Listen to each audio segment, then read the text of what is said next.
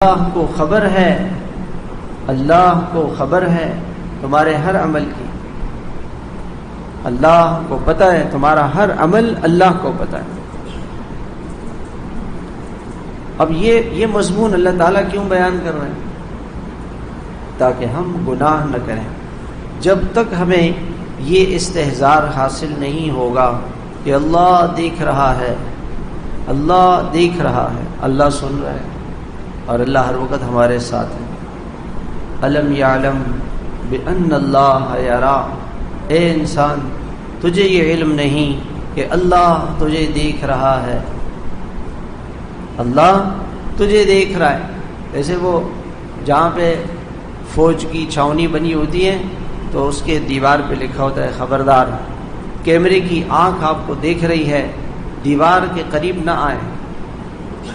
کتنے لوگ خوف زدہ ہوتے ہیں کہ بھئی یہاں نہیں رکو بھئی، یعنی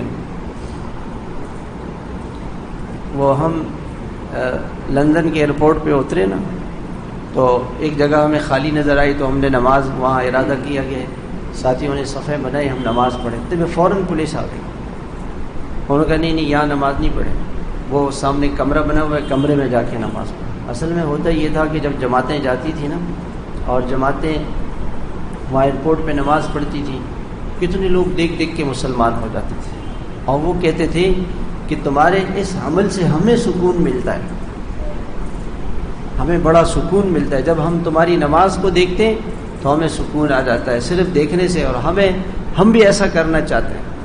ایسے لوگ پریشان ہیں، تو انہوں نے کیا ان کا حل سوچا کہ ان کو اندر کمرے میں نماز پڑھا تاکہ باہر کوئی دیکھ ہی نہ سکے۔ تو میں نے ان ساتھیوں سے کہا کہ یہاں تو پولیس والا کوئی تھا نہیں، ہم نے نماز شروع کرنے کا ارادہ کیا، ان کو پتہ کیسے جائیں گے یہ کیمرہ لگا ہوا ہے؟ اچھا، کیمرے سے وہ دیکھ رہے تھے، فوراً وہاں پہنچ۔ تو انسان جو بھی گناہ کر رہا ہے، اللہ تعالیٰ قیامت کے دن فرمائیں گے کہ دیکھو میں اس وقت موجود تھا جب آپ رات کی تنہائی میں خلوت کے اندر موبائل کے گناہ میں مشغول تھے، میں تمہارے ساتھ تھا۔